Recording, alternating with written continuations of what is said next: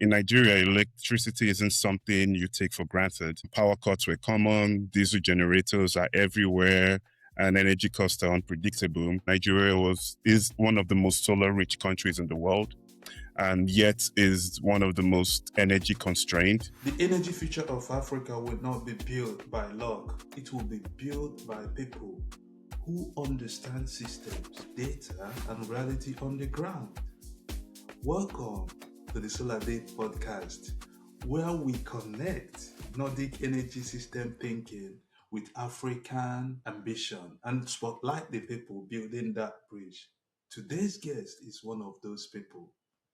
My guest is Ifeanyichukwu Azogu, a Nigerian sustainable energy system engineer currently based in Sweden. This episode is about bridge building. What happens when Nordic precision meets African urgency? Now, let's get into it. Hello, Ifeanyi. Welcome to the Solar Day podcast. It's great to have you here.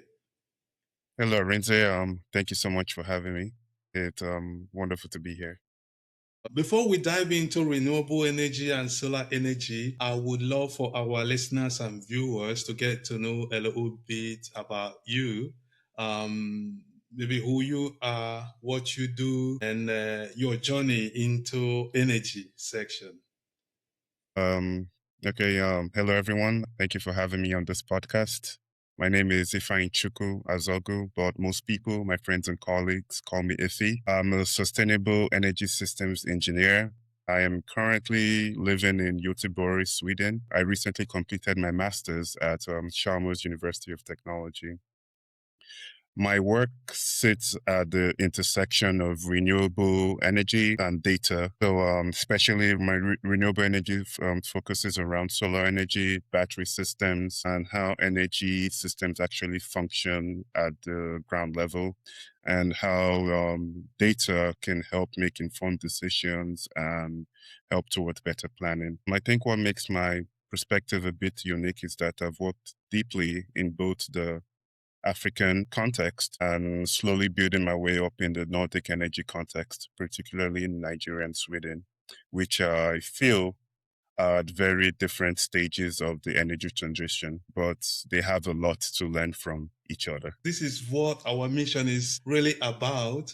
It's not about copying a Swedish energy system or copying Nigeria to Sweden. It's about learning from each other and then adapting. What is the greatest mindset shift for you, having worked in Nigeria and then here in Sweden doing your master's? So I think it begins with my journey into renewable energy started. In Nigeria, electricity isn't something you take for granted. Power cuts were common, diesel generators are everywhere, and energy costs are unpredictable. And also, you also had the political and economical crisis going on with Nigeria's primary energy market, which is the oil market. So for the longest time, I would scream, oh, oil is bad for the society in terms of the greenhouse gases, in terms of all the corruption that comes along with it. And to me, I felt was a terrible way of solving the energy problems we have in the world. That was my thinking in Nigeria. Then I had my first degree in the United States, where I had mechanical and energy engineering. And that was still sort of my thinking. But moving here to Sweden, it totally changed my whole perspective on the whole thing that, yes, in some situations, the way we look at energy is not solely about, how much greenhouse gases it's emitting or how much production you can get out of it. There's a sustainable way of looking at it in terms of how you can reduce the greenhouse gas emission, not just by completely replacing that energy source, but there's technology in place to limit how much carbon is emitted from that source. And if proper planning is put into place in terms of policies and looking at the foreseeable future some 10, 20 years ago, any energy source can be viable as long as the right technology and plan is in place. And that has been the major switch in perspective for me, I would say. That's very Interesting, because I have background in engineering. Well, And at some point, we were talking about CCS, carbon capture and and storage. storage. Yeah. And then we went to CCU, carbon capture and utilization. That's it. I can relate to that. But at what point did you realize that renewable energy is the right path for you? It was during my work in Nigeria. Nigeria is the most solar rich countries in the world. And I moved back to Nigeria almost as soon as I was done with my degree in America. So I worked at the grassroots stage and I knew I wanted to be in renewable energy, but I wasn't totally focused on solar, wind, natural gas, what have you. But I just happened to find myself in solar energy. And it stemmed from the fact that Nigeria is one of the most solar rich countries in the world, and yet is one of the most energy constrained.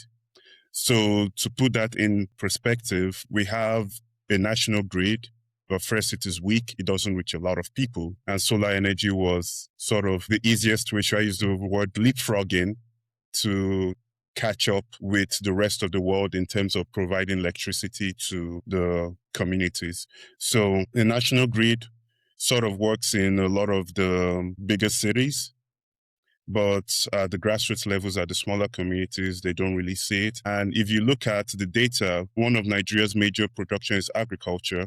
Agriculture works at the grassroots levels of all these places, and it requires a lot of energy. And most of that energy is from expensive diesel, expensive gasoline, expensive fuel. The problem these people were having with their productive use was the energy costs were way too high, and solar energy solved that problem. So you had decentralized grids with a solar mini grid, or you had solar home systems, and all of a sudden you had this mentality shift with people not worrying so much about their energy needs anymore and focusing on what they needed to focus the most: production, source of income, and generally going about their day without focusing too much on their energy needs. And that was when I decided, oh, in terms of Nigeria and sub-Saharan Africa as a whole, because of the abundance of sunlight, solar energy is the way. It's totally relatable.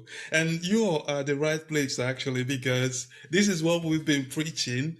And although Nigeria national grid is very poor, on paper, we have the capacity to produce about 13,000 megawatts, but what we actually distribute is less than 5,000 megawatts. So not just that we're not producing enough, we are not also distributing enough. I was having a conversation with a guy. He is an advisor to the present government on energy.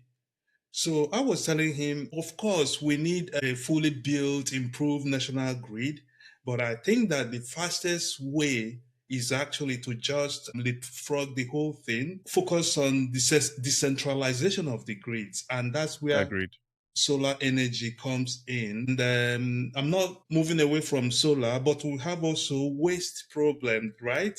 We Yes. can also utilize the massive waste that we see everywhere and produce gas or waste to energy. So I think our challenges actually present great opportunity. Here in the West, they are talking about decentralization of energy, energy resilience, and they are looking at storage. Yeah.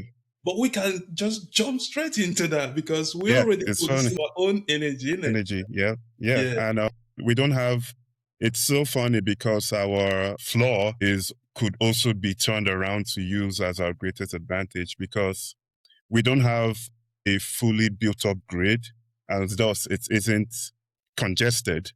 But Yes. over here in the Nordic area in Europe, the grid is actually congested, especially with the massive increase of the electrification of industry and the electrification of transportation. They are looking towards other ways in like demand side response, distributed generation, such as like having solar panels on the roofs. People agree to have a small wind farm in their backyard or in their neighborhood, and battery energy storage, such as hydrogen storage or battery storage. But we don't have grid congestion is not our problem because we don't have a fully built up grid. And as you said, leapfrogging is on paper the easiest way to solve our energy access situation, but easier said than done. It's just a matter of proper planning, looking at and there are different case studies around the world, not just Africa, around the world where these problems exist. And people and governments and countries have unique ways of solving this problem. I would call an example a couple of years ago in 2014, I believe. I volunteered at this really unique center in Benin Republic. I don't know if you've heard of it. It's called the Songhai Center. It's a modern, should I call it a modern farm, but it does things in a really unique way where it has distributed energy sources. It had a solar energy farm, it had a wind energy farm, it had a natural gas facility. The natural gas facility was really unique in the way that, farms have poultry, have produce, have everything, and there's a lot of waste from that. And what they did was collected all that waste and produced biogas from that waste. And that biogas powered practically everything on the farm. And it was quite funny because the man that started the center is actually Nigerian. He's from Anambra State. I can give you his name later. He's a Catholic priest, Father Frank Zamujo. What? Yeah, exactly. A lot of people don't know about it. It's funny. It's criminal. A lot of people don't know about it. And he actually went to the Nigerian government and proposed this idea to him. And he basically told them, "All I need is land. I can always bring in investors." And the problem with this sort of things, and especially when you invite politicians, that they're always looking at profits. Of course, you always need revenue to run such a facility of that scale, but profits can always come later. Let's focus on the good it can do first. Value. The value that it brings, exactly.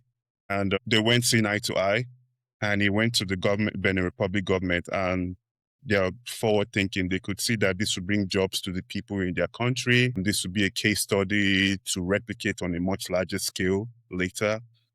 They gave him barren land, which is just at the end of the Lagos-Badagry Expressway as they're entering Benin Republic. Gave in Porto Novo. They gave him barren land, and he was able to transform the land. And now people from different countries, France, Spain, the Netherlands, they visit there to see this model working and how this can be replicated on the ground on a much larger scale. And I just think that we need more things like that. We need more case studies like that. And now with the advent of AI and machine learning, we can make like a digital twin. We don't even need to build this physically. We can simulate this with computers using AI and see what lessons can be learned, what can be done. And there's so much research that's been done on various scales. So it's a matter of looking at the lessons learned and avoiding the mistakes that were made doing this on a larger scale, especially in a society like Nigeria that's still agrarian. Agriculture is still its focal point and it needs a lot of energy, and we have an abundant resource. So that has been my major motivation for doing all of this.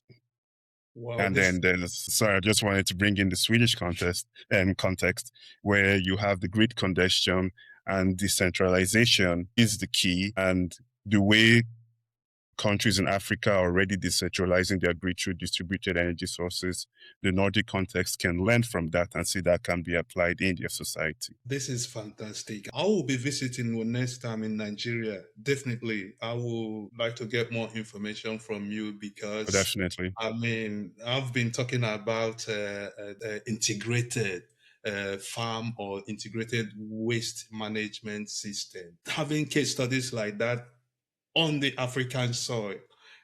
From your experience working in Nigeria, what factors would you consider that causes the fail of some solar projects? Is it technology? Is it poor planning, politics and policies? Okay, from my experience, I've which is funny because I've worked with two companies that don't exist anymore. And they focused on the first company focused on a mini grid where you have a solar generation facility providing electricity to different homes, different factories and farms. And another one where you had solar home systems, where it was a box with a solar panel and a battery in the box, and it wasn't an individual homes. These two companies, in terms of seeking investors, had the same model, where you had development organizations such as USAID, such as GIZ, such as the UK government, and so on. They would ask for grants. They had the financial modeler where they presented their business plan, what they intend to do with this money. So I would say, as someone who worked on the business development side and who analyzed the data and who built models to present the business plan, I would say their first mistake was they were overambitious because they overpromised. They asked for this money to provide this amount of gigawatts of energy to this society, or without necessarily knowing the lay of the land, the economic power of the people that live there, how tech savvy the people are, like how willing they are to welcome this technology, the enabling environment. That's the umbrella term. They weren't really sure of the enabling environment. They just looked at just the data, but they never really sent anyone there at the grassroots level to really understand firsthand if what they are promising to deliver is feasible in a given amount of time. I would say the second company I worked with did it slightly better, but I would say that when they eventually got the grant, I would say they didn't really spend that money as efficiently as you would say. So I would say that was one factor that causes these programs to fail. Another factor is politics. On paper, Nigeria has a very enabling environment for these programs. You have the NERC, you have the Rural Electrification Fund. Those two are those and the National Electrification Agency. These three governing bodies are, on paper, supposedly the enabling powers for these sort of programs. But the problem with politics in Nigeria that there's always an intersection of personal interests. And that is not the point. The point is the interest of the people as a whole. You can think about personal interest after you've done the work. And that is speaking like in not an ideal world. In an ideal world, politics shouldn't have personal interest at all. It should be the interest of the people. So you'd see projects that are, the money is there, the technology is there, there are people ready to hit the ground going, but the only roadblock, the only speed bump there is a community head saying, oh, I'm not going to let this happen because I'm not seeing any money coming into my pocket for this. I've seen it firsthand when a group of people, and there's also, it's a messy situation when you're at the grassroots level and you're just viewing it first. And like, this is electricity that's going to benefit everyone. So why not put your personal feelings aside and let's work together towards getting this done? That is one factor.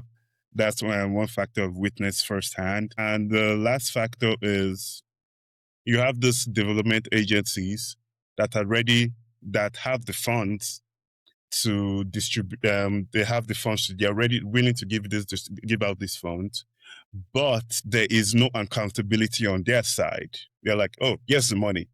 We've given you the money.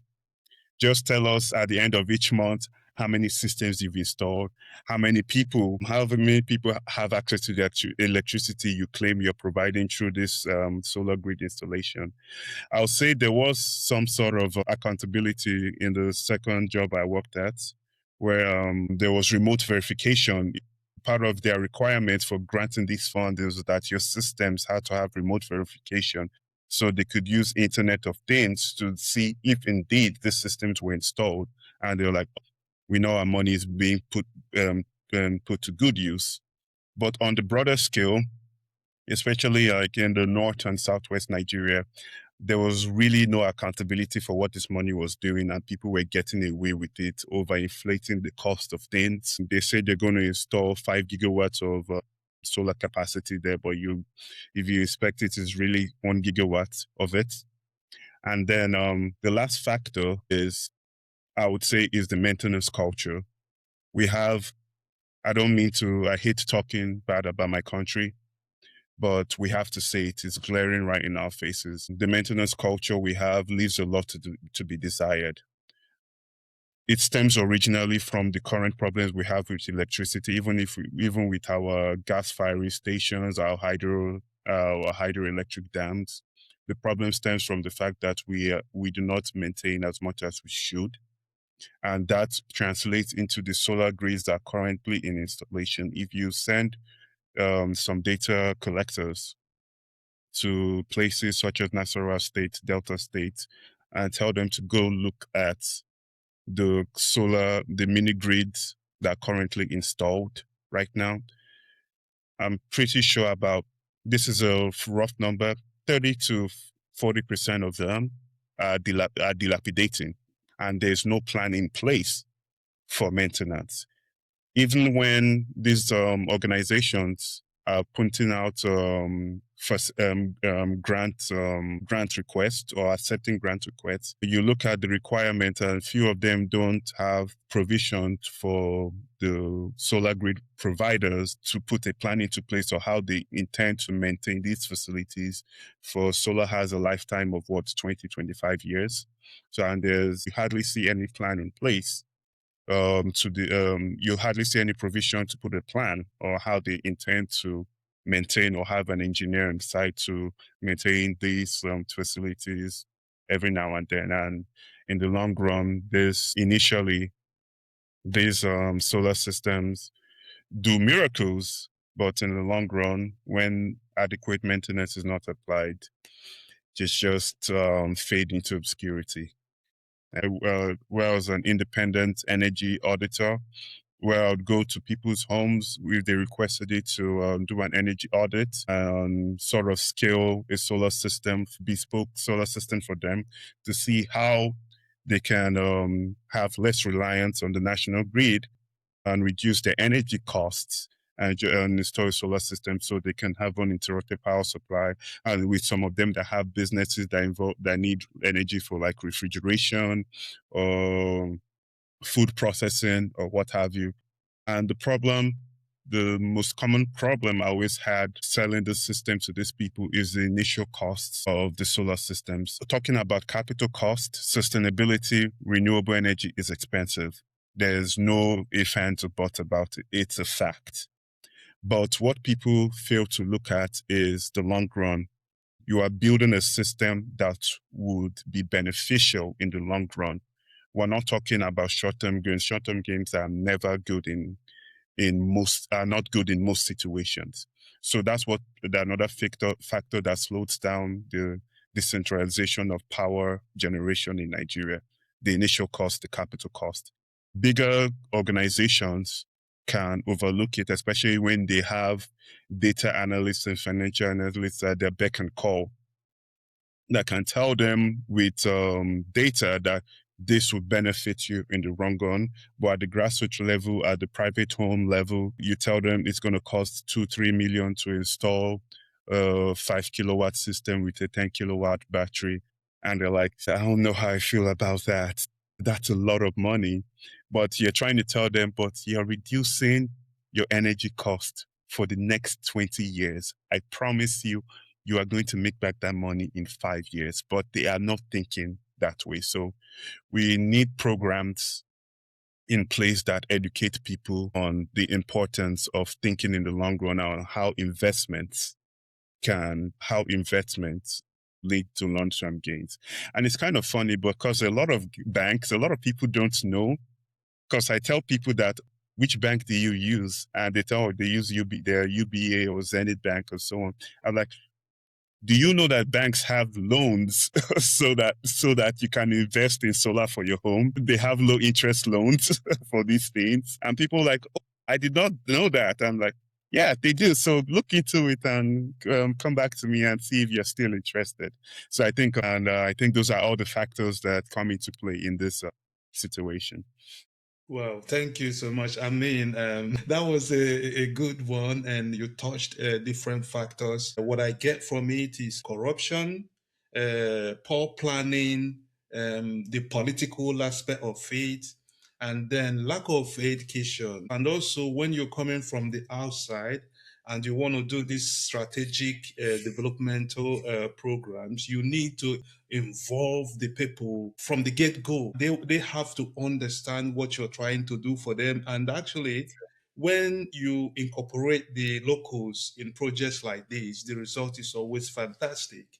Now, coming to Sweden, having worked here in Sweden, studied here, what do you think that we can learn and copy from here, and adapt in Nigeria, maybe in terms of system thinking? And what do you think that we don't need to copy or can never be copied? So what we need to learn, if I understand your question correctly, what Africa or Nigeria or Africa can learn from what the Sweden has done and the Nordic countries have done. The first thing I would say is long-term policy in any society, any skill, any technology in its adoption stage, in its developmental stage. The key thing that accelerates the adoption or the improvement of technology is policy, because the policy enables funds to trickle down from the taxpayer level to the developmental stage. So policy is key. Incentives, I would say, for example, you have what you call abatement costs. Abatement costs are basically if you're telling an industry or a company to work towards the energy transition, you have to incentivize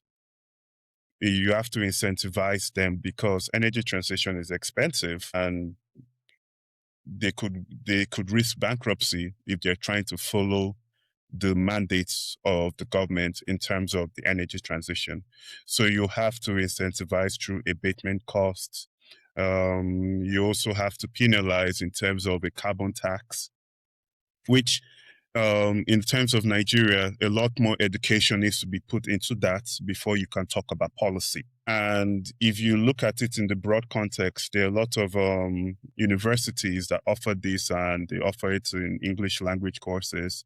So you need the government offering scholarships to people in Nigeria to come over here and study energy policy, energy technology, so that they can learn here and take it back and become politicians and engineers that will drive the technology improvement or the energy transition. So long-term policy is the first one. Long-term policy in terms of technology development and education. And then you have to strengthen the institutions that enable this policy. So I've mentioned the Electricity Regulation Council, the Electrification Agency, the Renewable Energy and the Electrification Fund. When you enable those people in terms of manpower, in terms of the policy that enables them, in terms of transparency, in terms of accountability, which a lot of the institutions here in the Nordics have, which which enable them to have such a strong connected grid. That is something we also need to learn. Then planning is very important. So all these things I've said before, all of them need planning at different stages, knowing what you need to tackle right now and knowing what you need to tackle 20 years from now. During one of my courses, sustainable electric production, my professor said one thing that's always rung in my head, that if you want to build electricity that would provide a community of 20,000 people today, you needed to have started it some 5-10 years ago. Yes. So strong long-term planning is one thing the Nordics and Europe do very well, and is something that we need to learn properly and to be able to adopt. Then the cultural maintenance. I do a lot of studying, a lot of abstract reading, and cultures and tribes across the African continent, sub-Saharan Africa. We don't really have the concept of looking towards the future. We always tend to live in the now, and that affects a lot of interconnected things. So it's not really in our nature to think about maintaining for the future. We need to brute force that mentality into ourselves, and learning from the way they have the Nordics have planned maintenance for structure or facility they're installing is important to learn from here. And so in summary, grid planning, market transparency, system level planning and optimization, where the African energy systems can focus on and accelerate. Also, my mom always used to say that the best way to avoid mistakes is learning from others' mistakes. Exactly. So we can also look at the mistakes they've made and say, oh, what led to these mistakes and how can we avoid these mistakes and replicate it in our situation? We are lucky that we're in a level of technology that we can leapfrog a lot of things. We can look at how they are adopting decentralized energy generation and directly adopt that to our own situation, because one of the key answers to our energy problems is decentralized generation through solar energy, maybe not so much with wind energy, with natural gas and oil firing and biogas. We can adopt carbon. We can see how we can adopt carbon capture and utilization and storage, because we still have a lot of industry, like you mentioned, with concrete, cement production, agriculture. There are a lot of ways we can have a circular economy with energy. Circular economy is one thing the Nordics do very well, and they can adopt it and connect a lot of our industries, and the miracles and wonders it will do when we adopt it properly will put us on the forefront of so many countries in terms of industry and energy. We have the manpower, we actually have the money, we have the resources, we just need to do it right. So now, applying first principle thinking, where would you place energy? You know, we talk about security, health, and all that. Where would you place energy? Because that's one of the reasons why I decided from now moving forward, I would dedicate my life into eliminating the energy poverty. Likewise. Where would you place energy in that scale? Where would I place energy in that scale? Energy is top priority, because from energy you have so many pros. For example, I'll have a conversation I had with a friend a couple of days ago. He asked a question: if he was given a blank check to solve the transportation problem in Lagos, what would he do? I told him, solve the electricity problem first, then you can solve the transportation problem easy. He asked me how. I said, well, from my experience living here in Europe, majority of public transportation is electrified. Nigeria is, in terms of population, is a massive country. So you have a huge public transportation industry. That transportation industry depends on expensive and carbon intensive fossil fuel. Now, if you can translate that expensive carbon intensive fossil fuel to electricity generation and just have all that, some people might disagree with me from that, but have all that carbon emitting expenses on the electricity side. When you use that electricity being generated from that to electrify transportation, you've already solved one major problem major cities have in Nigeria: transportation. A lot of traffic, a lot of frustrated people going to work because they are stuck in traffic. A lot of transportation is expensive in Nigeria, especially in the urban cities, in the urban areas. And when you electrify that, the costs go down because you don't have people relying on expensive fossil fuels. Well, at least in Nigeria, fossil fuels are expensive. Well, when you have that, when you solve the energy problem, it just trickles down agriculture becomes much more productive. People are able to be on the internet more in terms of education. Small and medium enterprises are able to be more productive, more profitable because their energy costs go down and they're able to focus more on production, focus more on able to spread their business wide. If you look at the data, productive nations, happier people have a direct correlation with their energy use. So the data tells you that energy is one of the key problems I need to solve. But based on the question you're asking me, energy is top priority. You are in a very interesting transition point in your life, having finished your master's here in Sweden and ready to go into the job market. And what kind of problems would you like to work on, and what kind of environment or companies here in the Nordics? So my work, my focus is on the intersection of data and sustainable energy. I can focus on renewable energy when I'm in Nigeria, but let's focus on sustainable energy. And the problem I would like to solve is how you can use data to make concrete decisions in terms of the energy transition. For example, you have a lot of misconceptions about, let's say, nuclear energy, for example. I know it's a taboo topic in in Europe sometimes. A lot of the foundation of the current government in Sweden was on the platform that they were going to bring back um, nuclear power. So there was a transition where Sweden was shutting down their nuclear stations because they wanted to be as close to 100% fossil free power production as they could. And then there was a lot of misconception about nuclear energy in terms of the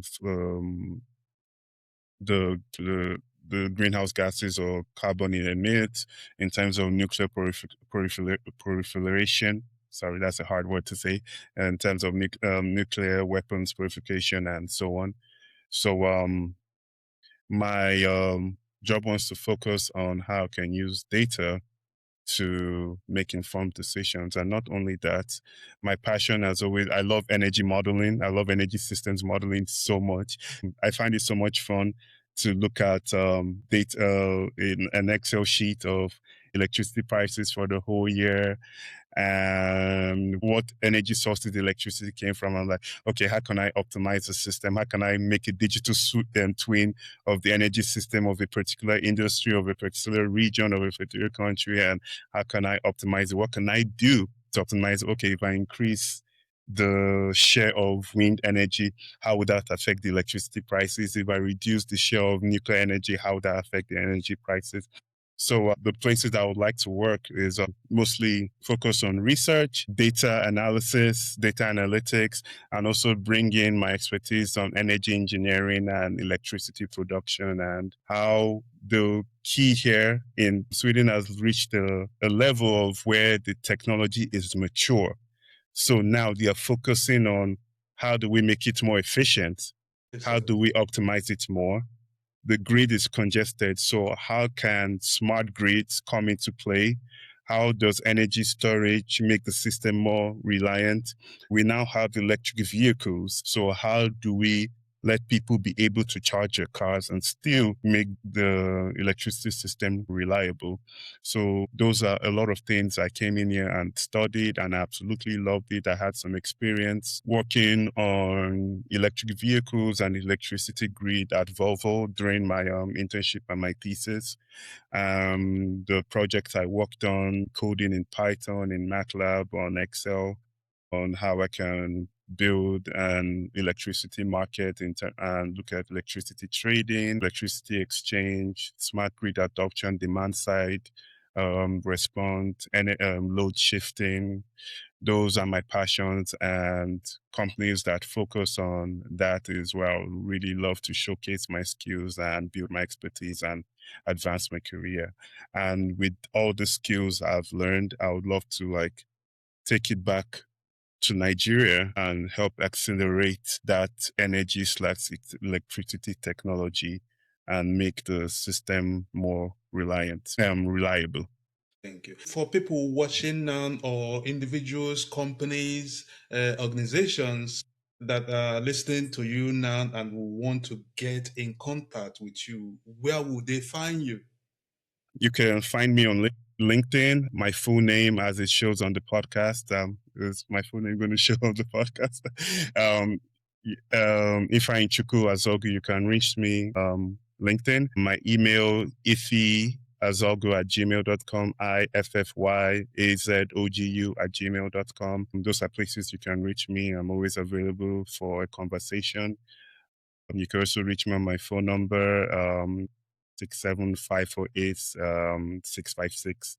I'm available at all times if you want to reach out to me, and always ready to have conversation or discussions such as Prosper and I are having conversations. I always love talking energy, electricity, renewable energy, sustainable energy, data analytics. I'm a nerd about all this stuff, and I would just love an opportunity and a chance to showcase my skills on a broader scale and on an impactful scale. Thank you so much, Ifeanyi. It's been great having you here. But before we leave, it's been so much talk about energy coming from Nigeria to the Nordic, Sweden. What was the first culture shock you had? The first culture shock was how quiet it is. It is so quiet. I lived in Abuja, the capital city, before I moved here, and it's noisy. If it's not all the loud combustion engine cars, it is generators. If it's not generators, is the hustle and bustle of the people moving around. Same thing when I lived in Dallas, Texas. When I first touched down at Land Vector at Yotobury, I was just like, I can hear the blood in my ears rushing. It was so quiet. It was so quiet. That was the major culture shock. And I didn't experience this culture shock for the next 6 months. But the eternal night was another culture shock. The 4-hour daylight and the 20-hour night was, it was not easy to adjust to. But I say the one culture shock I do love was the midnight sun. I love sunlight. So during the summer when we had the midnight sun, I loved it. It was hard to fall asleep, but I still loved it. Wow. Yes, I'd say those are my top 3 culture shocks right there. There are some other minor ones, but being outside Africa, I was able to, being outside Africa a lot before I moved here, enabled me to adapt easier here. I can relate to your culture shock, and being here for a very long time too has actually changed my psyche and the way I react to situations. I was in Bangladesh and I stood in the queue trying to go through the immigration, and people were standing very close to me and literally touching me, and you're like, hello. Why are you touching me? Then, when I got into the city, Dakar is one of the most high density cities in the world. And I noticed how you literally fight for space. That's what was happening there. Yeah, I have never seen anything like that before. Yeah. On that note, thank you so much, Ifeanyichukwu. It has been great having you on Solardey podcast. And for you listeners out there, if you care about what we're doing about renewable energy, please subscribe, share this episode with your friends, and join the conversation. Any last word from you, Ifeanyi, to any young guy wanting to get into the solar energy industry? What scale do you think that they should focus on first? I would say if you haven't had your bachelor's yet, or you're just leaving high school or gymnasium or secondary school, focus on energy engineering, electrical engineering, mechanical engineering. That forms a solid foundation for what you want to do later. And in this day and age, you can barely get by with a bachelor's, especially if you want to focus on this from the academic point of view, or from an analyst point of view, or from the policymaker point of view. That bachelor's degree forms a solid foundation. Then look into AI and machine learning and data analytics, because that is what is driving most of the industries in the world right now. Making data driven decisions, making informed decisions powered by data. So focus on skills around that. Also learn how to code, because practically everyone is expected to know how to code at some level. And otherwise, don't be scared to put yourself out there, to be confident. Study, read as much as you can, because confidence is powerful, and being yourself is powerful, especially when you're sure of yourself and your knowledge and your skills. It's just a matter of someone seeing that talent in you and giving you a chance. So never give up. Keep persevering, keep trying, and one day you'll find your footing. You hear that? Thank you so much, Prosper, for having me here. It's been a pleasure to speak with you and to speak a lot about this. And I'm sure we'll have much more conversations in the future. The more we learn, you never stop learning, so you continue learning. And the more we learn, the more we have a discourse and learn each other's perspectives on the subject matter. Thank you so much. Until next time, listeners, stay bold, keep shining. Peace and solar power to the people. Thank you. Peace. Thank you. Goodbye.